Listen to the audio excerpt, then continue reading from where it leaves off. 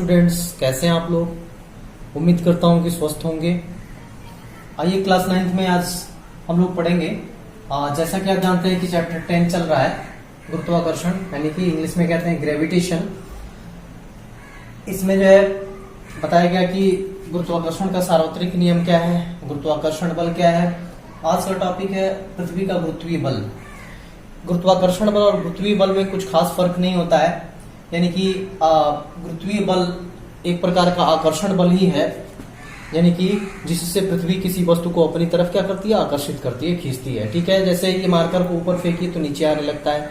तो ये जो है क्यों नीचे आ रहा है, तो पृथ्वी इस पर एक प्रकार का आकर्षण बल लगा रही है, अपनी तरफ खींच रही है, तो उसी बल को कहते हैं क्या, गुरुत्वीय बल। ठीक है, तो ये अननोन नहीं है, ये बता दिया गया था इसके पहले। तो ये परिभाषा लिखा हुआ है कि वह आकर्षण बल जिससे पृथ्वी किसी वस्तु को अपने केंद्र की ओर आकर्षित करती है, पृथ्वी का गुरुत्वीय बल कहलाता है। अब आप जो है ये जो कि न्यूटन साहब ने दिया था, तो न्यूटन से जो है पूछा गया कि पृथ्वी का केंद्र कहाँ होगा, तो उन्होंने कहा कि जहां आप खड़े हैं वही क्या है, पृथ्वी का केंद्र है। इसका कॉन्सेप्ट हमने इसके पहले वाले वीडियो में बता रखा है।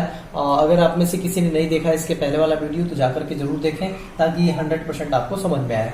तो अब जो है, अब इसके बाद बात आती है कि गुरुत्वीय त्वरण क्या है, एक्सीलरेशन ड्यू टू ग्रेविटी किसे कहते हैं, क्या है गुरुत्वीय त्वरण। तो आप जानते हैं त्वरण की परिभाषा बताया गया था कि जब किसी वस्तु के वेग परिवर्तन की दर को हम क्या कहते हैं, त्वरण कहते हैं।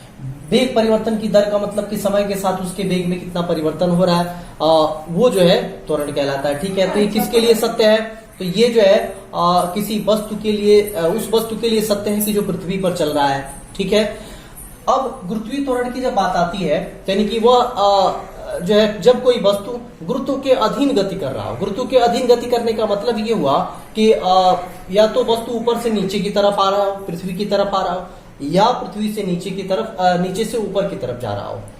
समझने का प्रयास करिएगा कि ये जो है गुरुत्वीय त्वरण का मतलब ये हुआ कि वस्तु की गति जो है गुरुत्व के अधीन होना चाहिए। और गुरुत्व के अधीन का मतलब हुआ कि वस्तु या तो ऊपर से पृथ्वी की तरफ गिर रहा हो या नीचे से ऊपर की तरफ फेंका गया हो। तो दो स्थितियों में गुरुत्व के अधीन क्या होता है, गति होता है। ठीक है, तो अब जो है अब इसकी परिभाषा अगर आपको बनानी हो तो जो है मुक्त रूप से पृथ्वी की ओर गिरते हुए किसी वस्तु के वेग में परिवर्तन की दर को हम क्या कहते हैं, गुरुत्वीय त्वरण कहते हैं। ठीक है, इस तरह से आप बना सकते हैं। मुक्त रूप से गिरता हुआ मतलब छत से पत्थर का टुकड़ा छोड़ दीजिए तो मुक्त रूप से गिरेगा, कोई उसको रोकने वाला नहीं है। रुकेगा कब, जब पृथ्वी पर आएगा। ठीक है, तो यानी कि इसकी परिभाषा इस तरह से बन जाती है, मुक्त रूप से पृथ्वी की ओर गिरती हुई किसी वस्तु के वेग में परिवर्तन की दर को हम क्या कहते हैं, गुरुत्वीय त्वरण कहते हैं। इसे किससे डिनोट करते हैं भाई, तो इसे स्मॉल जी से डिनोट करते हैं। ठीक है, अब एमकेएस पद्धति में इसका मात्रक क्या होगा, मीटर पर सेकंड स्क्वायर ही होगा। जैसा कि त्वरण का मात्रक होता है वैसा ही इसका भी मात्रक होगा, क्योंकि गुरुत्वीय त्वरण कहें या त्वरण कहें बात वही है, वेग में परिवर्तन की दर है, लेकिन स्थिति सिर्फ बदल जाती है कि जब वस्तु पृथ्वी पर चल रहा हो तो उस समय हम त्वरण कहते हैं, और जब वस्तु ऊपर से नीचे की तरफ आ रहा हो या नीचे से ऊपर की तरफ फेंका गया हो तो वो स्थिति चेंज हो गई। ठीक है, तो उस स्थिति में हम क्या कहेंगे, उसके वेग में परिवर्तन की दर को हम गुरुत्वीय त्वरण बोलेंगे। ठीक है, इसलिए इसका मात्रक क्या है, सेम है। एमकेएस में मीटर पर सेकंड स्क्वायर और सीजीएस में सेंटीमीटर पर सेकंड स्क्वायर होता है। कुछ हमने महत्वपूर्ण चीजें आप लोगों के लिए नोट में लिख रखा है कि यदि किसी वस्तु का द्रव्यमान यम हो, मान लीजिए कि यम द्रव्यमान का कोई वस्तु हो, तो उस पर जो है कार्य करने वाला गुरुत्वीय बल कितना होता है, mg के बराबर होता है। और mg है क्या वास्तव में, तो वस्तु का भार कहलाता है। ठीक है, यानी कि वस्तु के भार के बराबर ही क्या काम करेगा, उस पर गुरुत्वीय बल काम करेगा। जैसे ये मार्कर है, तो मार्कर ऊपर से नीचे की तरफ गिर रहा है, तो अगर जो है इसका द्रव्यमान यम है, तो और जो है पृथ्वी में गुरुत्वीय त्वरण कितना होता है, स्मॉल जी होता है, तो यम इंटू जी के बराबर इसका क्या होगा, भार होगा। या कह सकते हैं कि इस पर गुरुत्वीय बल कितना काम कर रहा है, तो mg के बराबर काम कर रहा है। ठीक है, दोनों बात सत्य है। ठीक है, दूसरी बात यह है कि गुरुत्वीय त्वरण वस्तु के आकार, द्रव्यमान आदि पर निर्भर नहीं करता। यानी कि गुरुत्वीय त्वरण का मान, जैसे मान लीजिए कि मार्कर है, तो मार्कर का आकार कैसा है, मार्कर का द्रव्यमान क्या है, इस पर निर्भर गुरुत्वीय त्वरण नहीं करता। यानी कि जी का मान इसके न तो आकार पर निर्भर करेगा और न तो इसके द्रव्यमान पर निर्भर करेगा। अब जो है इसे समझने के लिए जैसे मान लीजिए कि ये मार्कर जो है आपका मान लीजिए कि 50 ग्राम का है, ठीक है, और एक और वस्तु आप ले लिए आधा किलो का, ठीक है, 500 ग्राम का। ये 50 ग्राम का है, एक 500 ग्राम का, दोनों को एक साथ छोड़ दीजिए तो दोनों एक साथ पृथ्वी पे आके टकराएंगे, ठीक है। अगर आप एक साथ एक ही से स्थिति से आप छोड़ रहे हैं तो एक ही साथ जाकर के पृथ्वी से क्या होंगे, टकराएंगे। इसका मतलब कि एक का भार तो ज्यादा था ना, इसका कम था, तो भाई अगर भार पे डिपेंड करता गुरुत्वीय त्वरण तो ये एक साथ जाकर के पृथ्वी से नहीं टकराते। अभी ये जो है इसको मैं प्रूफ करके भी दिखाऊंगा कि जो है द्रव्यमान पर निर्भर नहीं करता गुरुत्वीय त्वरण का मान। अब आइए नेक्स्ट टॉपिक है, इसी में बता देंगे आपको, इसी में दिखाएंगे आपको कि गुरुत्वीय त्वरण का मान द्रव्यमान पर निर्भर नहीं करता। तो ये जो है यहाँ अब नेक्स्ट टॉपिक है स्मॉल जी तथा कैपिटल जी में संबंध क्या होता है। तो आप जानते हैं कि स्मॉल जी क्या है, गुरुत्वीय त्वरण है, ठीक है, और कैपिटल जी क्या है, सार्वत्रिक गुरुत्वाकर्षण नियतांक है, ठीक है। इसके पहले बता दिया गया, इसके पहले वाले वीडियो में, ठीक है, कैपिटल जी के बारे में। तो अब जो है इन दोनों में संबंध हम कैसे निकालें, तो इसके लिए फर्स्ट ऑफ ऑल हम क्या करते हैं कि भाई दो वस्तु लेना पड़ेगा आपको, ठीक है। तो इसको प्रूफ करने के लिए, ठीक है, हम जो है एक वस्तु पृथ्वी को मानते हैं और एक वस्तु अलग से हम ले लेते हैं जो पृथ्वी पर रखा हो, ठीक है। तो वही चीज मान लेंगे कि माना पृथ्वी का द्रव्यमान क्या है, यमी है। पृथ्वी का द्रव्यमान क्या है, यमी, यानी कि मास ऑफ अर्थ। यमी का मतलब ये हुआ, ई से अर्थ, यम से क्या, मास, तो मास ऑफ अर्थ मतलब पृथ्वी का द्रव्यमान कितना है, यमी है, तथा त्रिज्या कितनी है पृथ्वी की, आरी है, यानी कि रेडियस ऑफ अर्थ, ठीक है, आरी है। और एक दूसरा यम द्रव्यमान का एक वस्तु पृथ्वी के तल पर रखा है या कुछ ऊंचाई पर रखा है। तो बात यहां से समझने की है कि एक तो पृथ्वी हो गई, एक पृथ्वी पिंड हो गई, और एक आपने यम द्रव्यमान का पिंड मान लिया, और ये कह रहे हैं कि पृथ्वी पर ये यम द्रव्यमान का पिंड रखा हुआ है या पृथ्वी से कुछ ऊंचाई पर रखा हुआ है। तो पृथ्वी की त्रिज्या की तुलना में जरा आप विचार करिए कि पृथ्वी इतनी बड़ी है तो उसकी त्रिज्या भी बहुत बड़ी है, ठीक है।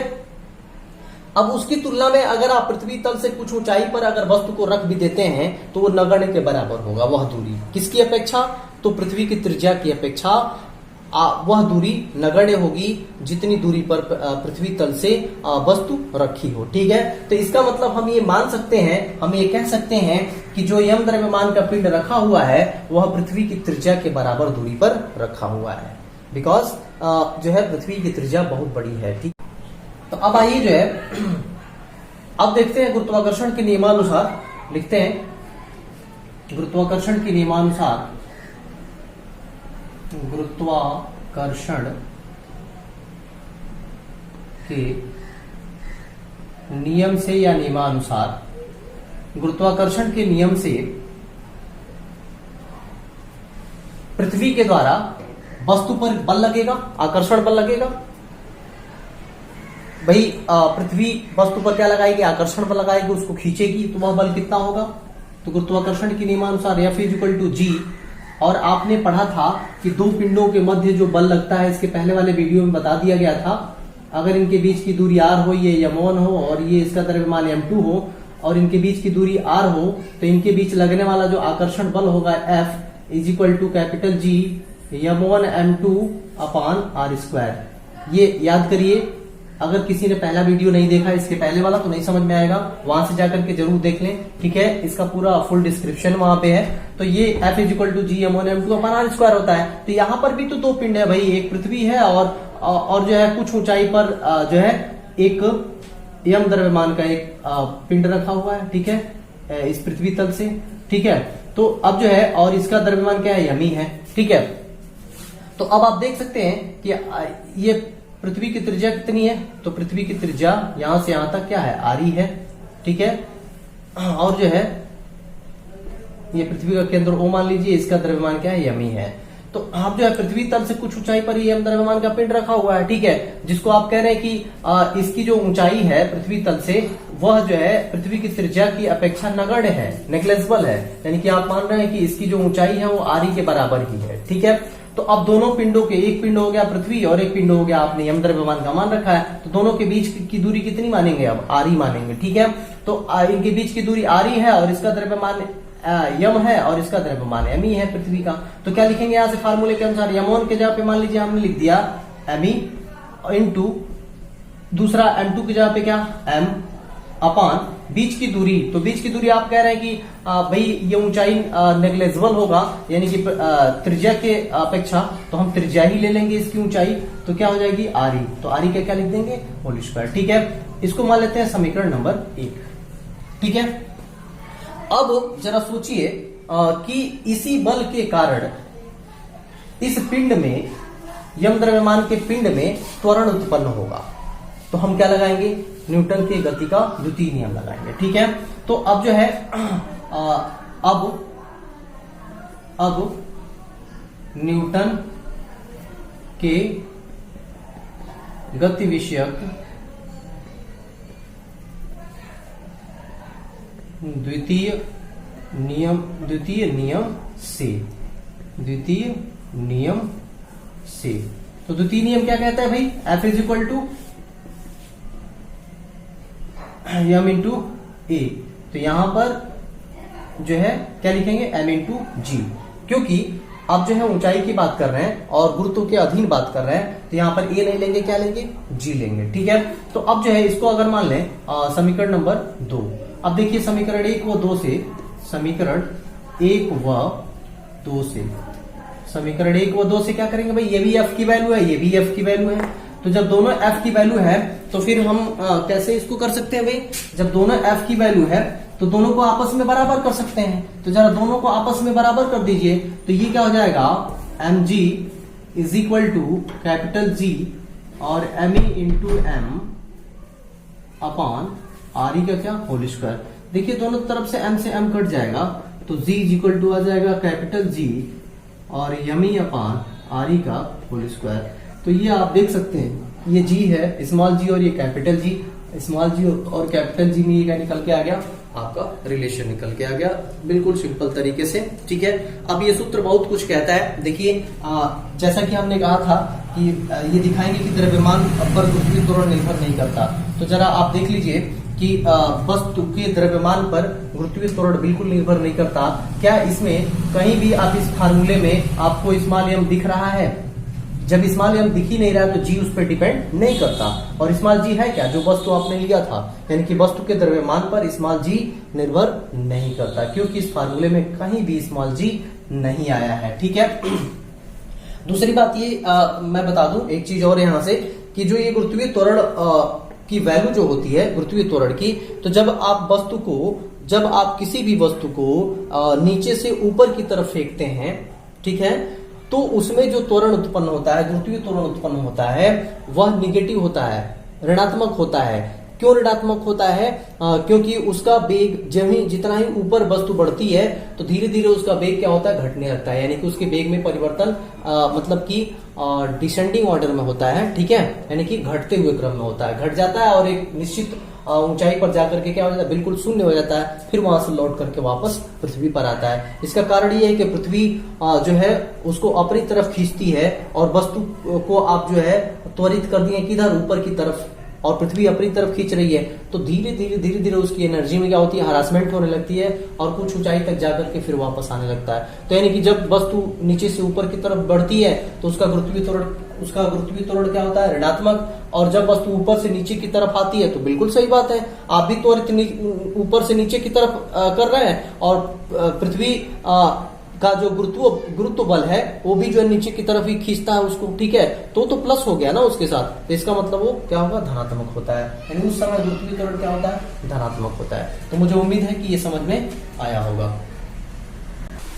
अब आइए गुरुत्वीय त्वरण g के मान का परिकलन किया जाए कि वास्तव में आंकिक मान गुरुत्वीय त्वरण g का कितना होता है। ठीक है, तो हम जानते हैं कि सार्वत्रिक गुरुत्वाकर्षण नियतांक कैपिटल G का मान कितना होता है, 6.7 इंटू 10 का पावर -11 न्यूटन मीटर स्क्वायर पर केजी स्क्वायर। ठीक है, पृथ्वी का द्रव्यमान भी डिसाइडेड है, पृथ्वी का द्रव्यमान भी पता है, यमी इज इक्वल टू 6 इंटू 10 का पावर 24 केजी। ये याद रखेंगे आप लोग सर। पृथ्वी की त्रिज्या आरी, पृथ्वी की त्रिज्या कितनी है भाई, 6.4 इंटू 10 का पावर 6 मीटर। ठीक है, अब जो है क्या निकालना है भाई, हम लोग को g का मान निकालना है, आंकिक मान। तो हम जानते हैं फार्मूला अभी अभी जस्ट जो है कैपिटल जी और स्मॉल जी में रिलेशन अभी निकाला गया, तो कितना आया था, कैपिटल जी यमी अपान आर ई का होल स्क्वायर आया था।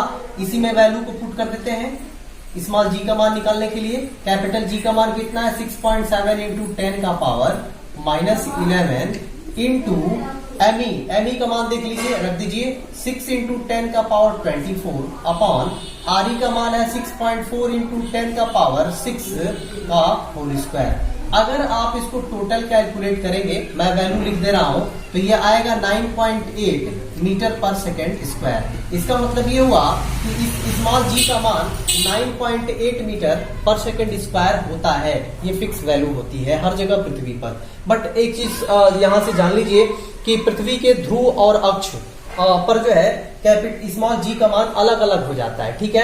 अब आप कहेंगे कि ध्रुव और अक्ष क्या है, तो देखिए ये आपका पृथ्वी अंडाकार है, ठीक है, सर्कुलर नहीं है, गोल नहीं है।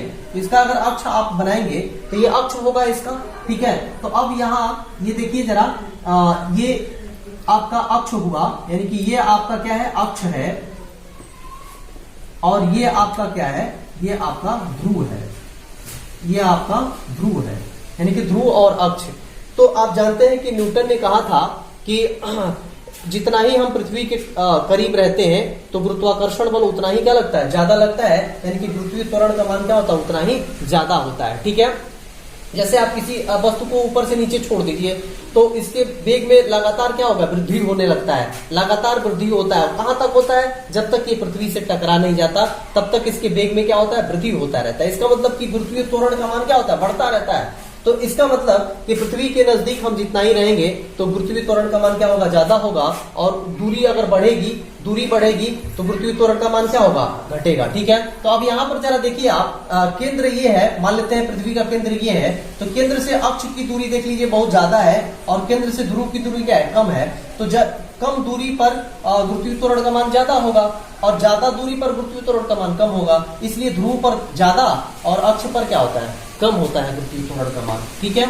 हाँ, मुझे उम्मीद है कि समझ में आया होगा। इसका कैलकुलेशन जरूर आप लोग करेंगे, आप लोग डायरेक्ट आंसर नहीं लिखेंगे, ठीक है, और मुझे बताएंगे कमेंट में लिख करके कि हाँ जो है सर इतना ही आया है आंसर, ठीक है, 9.8 मीटर पर सेकेंड स्क्वायर ही आया है। अब आइए बात करते हैं मुक्त पतन की, फ्री फॉल जिसको बोलते हैं। बिल्कुल आसान है, किसी भी पत्थर के टुकड़े को जो आपने हाथ में लेकर के और ऊपर से एकदम स्वतंत्र रूप से छोड़ दीजिए। आपको बल नहीं लगाना है, उस पर नीचे की तरफ धक्का नहीं देना है।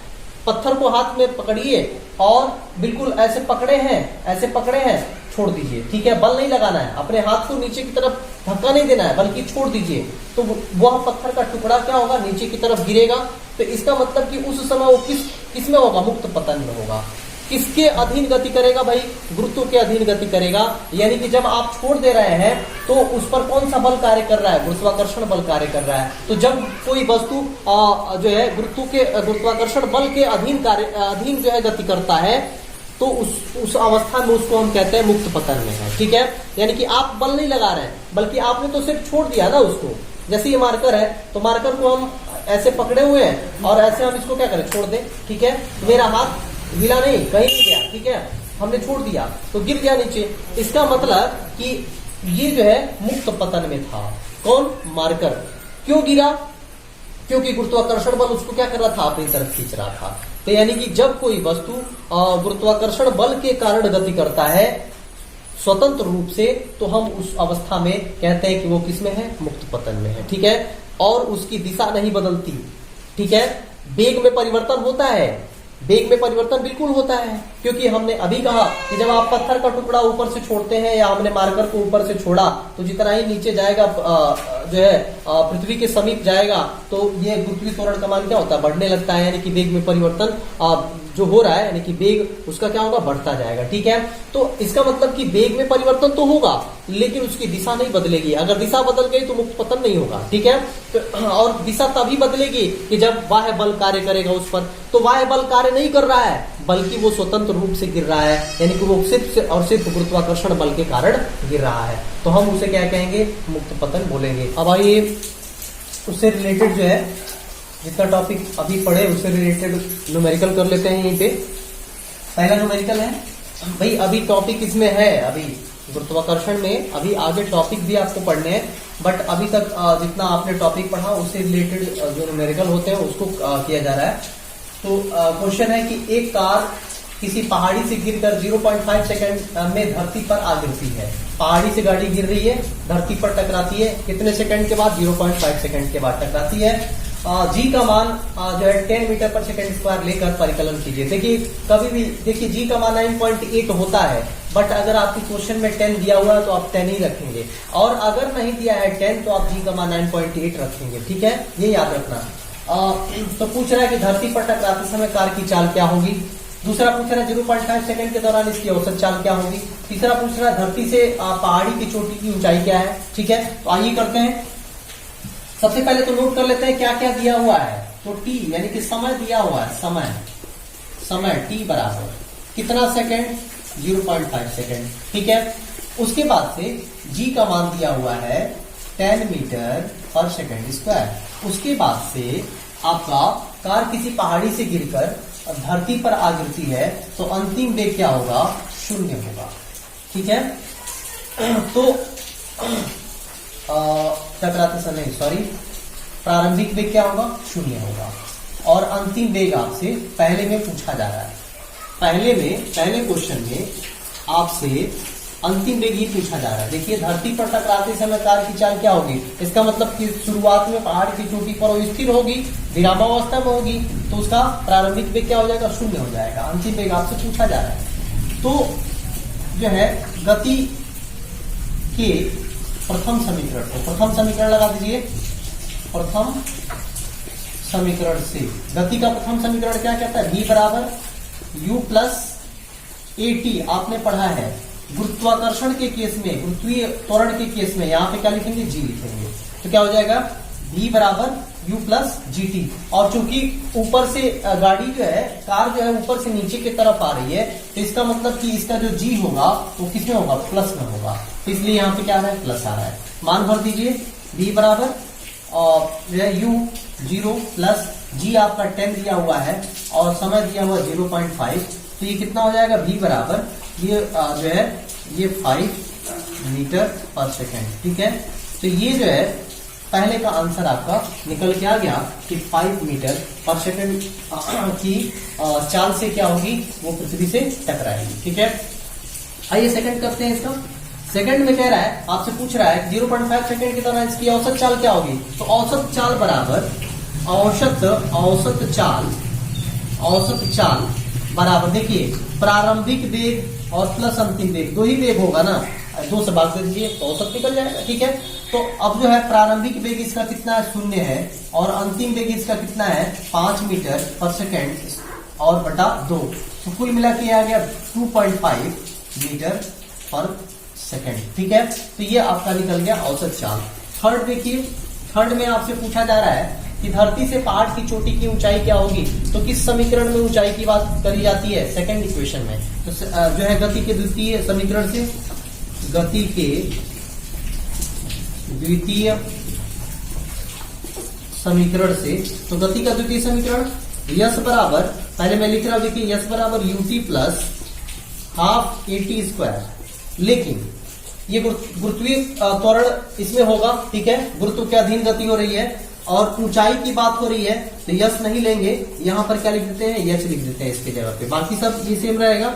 और यहाँ पर एक जगह पे हम क्या लेते हैं? जी लेते हैं, क्योंकि गुरुत्वीय त्वरण को हम जी से दिखाते हैं। ठीक है, तो अब इसमें जो है ऊंचाई आपसे पूछी जा रही है, तो h इज इक्वल टू मान भर दीजिए। तो u का मान क्या है? 0, और गुणा t का मान है 0.5 और प्लस हाफ, और इंटू जी का मान है 10 इंटू 0.5 का होल स्क्वायर। ठीक है, तो अब h इज इक्वल टू, ये देखिए 0 हो गया, प्लस ये देखिए 2 5 10। ठीक है, 5 गुणा इसका वर्ग करेंगे तो ये हो जाएगा 25, यानी कि 0.25। ठीक है, अब इसका जो है कैलकुलेशन आप फाइनली करते हैं तो देखिए 5 5 25 और 5 दूनी 10 और 2 12, 2 स्थान पे दशमलव लग जाएगा, तो ये हो जाएगा इतना मीटर, यानी कि कितने मीटर की ऊंचाई से वो गिरा? तो 1.25 मीटर की ऊंचाई से जो है कार नीचे की तरफ गिरा। ठीक है, अब ये नेक्स्ट क्वेश्चन देखते हैं। एक वस्तु को ऊर्ध्वाधर दिशा में ऊपर की ओर फेंका जाता है। ध्यान रहे कि वस्तु ऊपर नीचे से ऊपर जा रही है कि ऊपर से नीचे आ रही है। ये जो है कंडीशन दिमाग में लाना बेहद जरूरी है, नहीं तो गलत हो जाएगा, ठीक है। क्योंकि हम लोग को जो गुरुत्वीय त्वरण जी का मान जो रखना है, तो अगर वस्तु नीचे से ऊपर की तरफ फेंकी जा रही है तो वो निगेटिव होगा, ऋणात्मक होगा, और अगर ऊपर से नीचे की तरफ वस्तु आ रही है तो धनात्मक होगा। तो इसलिए यहाँ पे ध्यान देना जरूरी है, एक वस्तु को ऊर्ध्वाधर दिशा में ऊपर की ओर फेंका जाता है, तो यानी जी का मान क्या हो जाएगा, माइनस में हो जाएगा। यह 10 मीटर की ऊंचाई तक पहुंचता है। तो पहले तो नोट कर लिया जाए क्या क्या दिया हुआ है, ठीक है। फिर उसके बाद से क्वेश्चन पे विचार करते हैं। तो जो है ऊपर की तरफ फेंका जाता है, 10 मीटर की ऊंचाई तक पहुंचता है, तो एच बराबर कितना हो गया, 10 मीटर, ठीक है। अब देखिए, जब वस्तु को नीचे से ऊपर की तरफ फेंका जाता है तो अंतिम वेग शून्य होता है, ये दिमाग में बैठा लीजिएगा। बिकॉज इसका वेग धीरे धीरे घटते मैक्सिमम पॉइंट पे जाकर के शून्य हो जाता है, तभी वहां से फिर वापस आती है वस्तु पृथ्वी पर, ठीक है। तो यानी कि अंतिम वेग इसमें क्या हो गया, शून्य हो गया, ठीक है। और जो है आपसे पूछा जा रहा है कि वस्तु कितने वेग से ऊपर की ओर फेंकी गई, तो यानी कि प्रारंभिक वेग पूछ रहा है ना आपसे, तो प्रारंभिक क्वेश्चन मार्क करिए। और पूछा जा रहा है आपसे दूसरे में कि उच्चतम बिंदु तक पहुंचने में लिया गया समय, यानी कि टी आपसे पूछा जा रहा है दूसरे क्वेश्चन में। तो चलिए पहला क्वेश्चन करते हैं।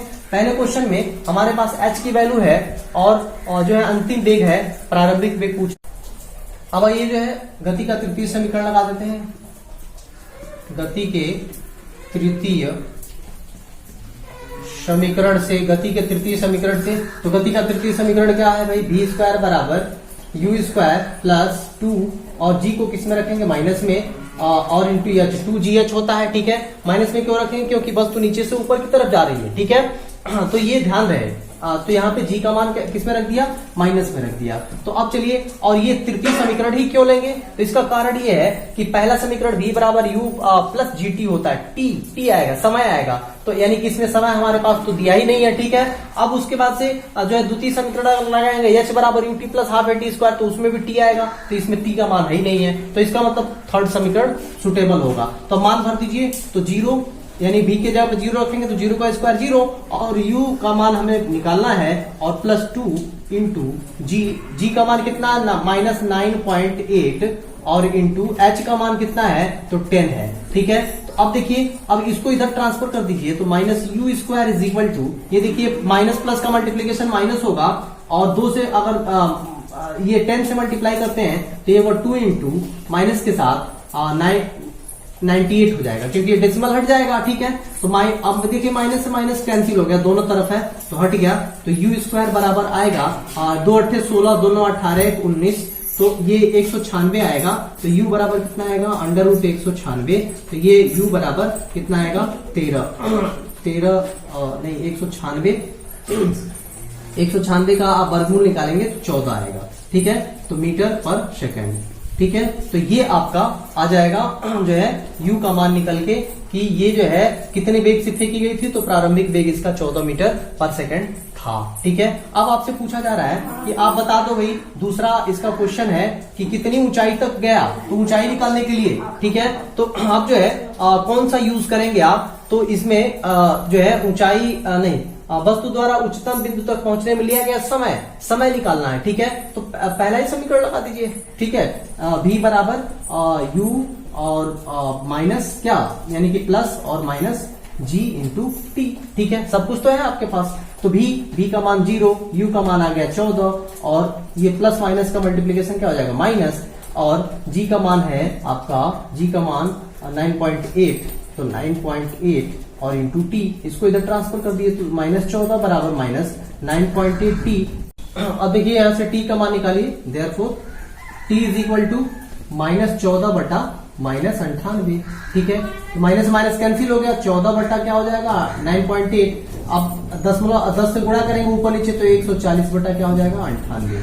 140 बटा 98 को अगर आप जो है भाग दे के देखिएगा कि कितना आ रहा है, ठीक है, तो ये हो जाएगा सेकंड में, ठीक है। तो ये जो है आप कर सकते हैं, 140 में 98 से भाग दे लीजिएगा, तो ये आपका रिजल्ट निकल के आ जाता है, ठीक है। मुझे उम्मीद है कि पूरा वीडियो समझ में आया होगा आप लोगों को। ढेर सारी शुभकामनाओं के साथ आज का वीडियो यहीं समाप्त करते हैं। जल्दी अगला वीडियो मैं लेके आऊंगा, तब तक आप जो है इसका रिवीजन जरूर